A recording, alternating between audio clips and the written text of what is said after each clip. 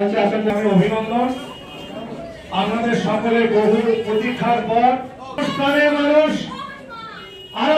চারটাকে আমরা প্রতিটা মুহূর্তে জীবনের শেষ রক্তবিন্দু পর্যন্ত নিয়ে লড়াই করতে আমাদের করতালি দেওয়ার জন্য, আমাদের প্রিয় নেতাকে বরণ করে নেওয়ার জন্য আমাদের সঙ্গে রয়েছেন আমাদের আর এক অভিভাবক।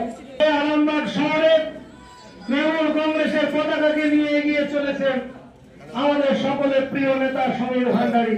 আমরা অনুরোধ করব সমীর ভান্ডারীর জন্য করতালি দেওয়ার জন্য।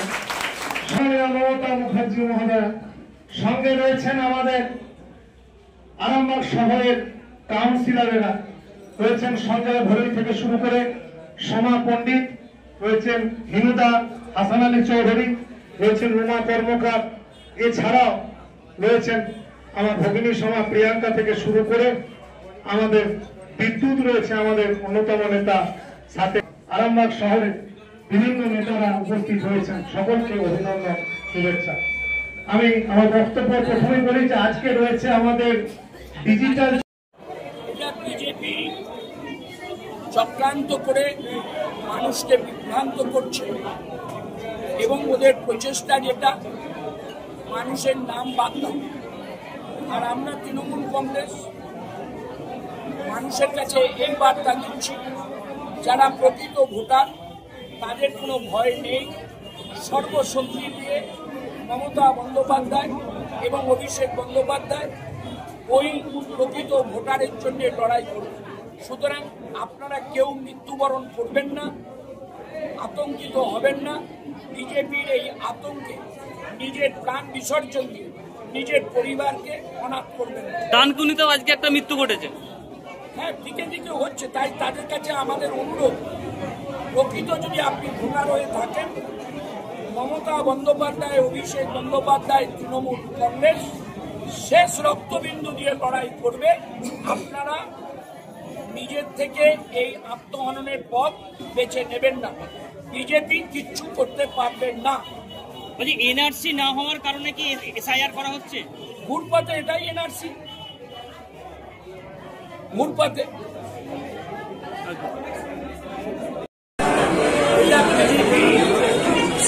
চক্রান্ত করে মানুষকে বিভ্রান্ত করছে, একটু লোকটা সবে টিচার প্রচেষ্টা যেটা মানুষের নাম বাদ দাও। আর আমরা তৃণমূল কংগ্রেস মানুষের কাছে এই বার্তা দিচ্ছি, যারা প্রকৃত ভোটার তাদের কোনো ভয় নেই।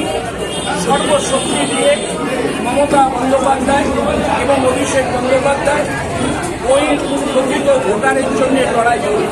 সুতরাং আপনারা কেউ মৃত্যুবরণ করবেন না, আতঙ্কিত হবেন না।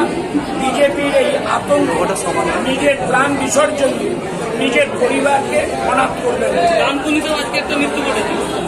হ্যাঁ, দিকে দিকে হচ্ছে, তাই তাদের কাছে আমাদের অনুরোধ, প্রকৃত যদি আপনি ভোটার হয়ে থাকেন, মমতা বন্দ্যোপাধ্যায়, অভিষেক বন্দ্যোপাধ্যায়, তৃণমূল কংগ্রেস শেষ রক্তবিন্দু দিয়ে লড়াই করবে।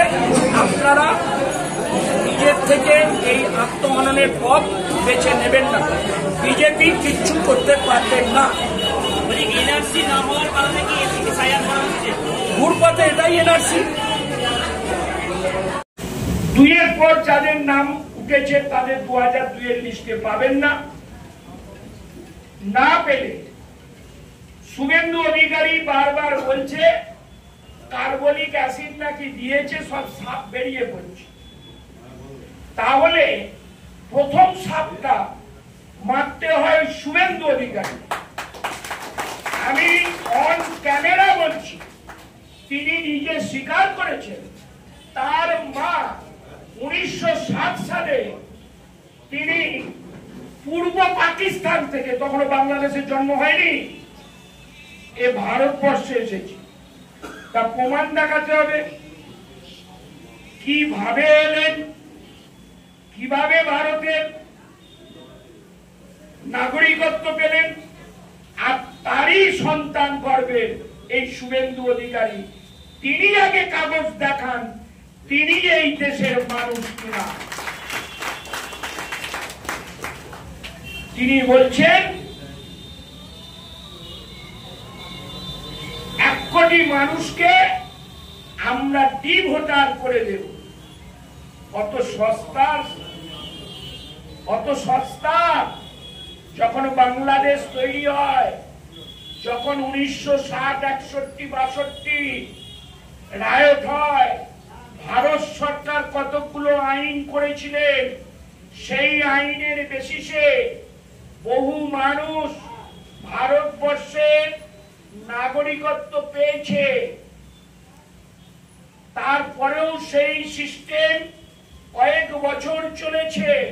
আজকে তোমার বিজেপি এসে এসআইআর এর মাধ্যমে তুমি যদি একটা বৈধ ভোটারকে বাদ দাও, তোমাকেও চ্যালেঞ্জ জানাচ্ছি, একটা বৈধ ভোটার যদি বাদ যায়, মনে রেখো তুমি তোমার দলকেও মনে করিয়ে দিও, পরাধীন ভারতবর্ষে বাংলার বিপ্লবীরা সবচেয়ে বেশি সোচ্চার হয়েছিল এবং প্রাণ দিয়েছিল, জেল খেটেছিল। স্বাধীনতার অগ্রণী ভূমিকা বাংলার বিপ্লবীরা নিয়েছিল। সেদিনও ছিল ব্রিটিশ সরকার, আর তুমি বলছো কেন্দ্রে বিজেপি সরকার আছে। সেদিনও ব্রিটিশ সরকারে সিআরপি ছিল, তাদের হাতেও বন্দুক ছিল, তাদেরও কামান ছিল। আর তুমি বলছো সেন্ট্রালের বিএসএফ আছে, সিআরপিএফ আছে, তাদের হাতে গুলি আছে। ওই যে বললাম, জনগণ যদি খেপে, কোথায় যাবে তোমার সিআরপিএফ, কোথায় যাবে তোমার মন্ত্রিত্ব, তখন কুল পাবে না।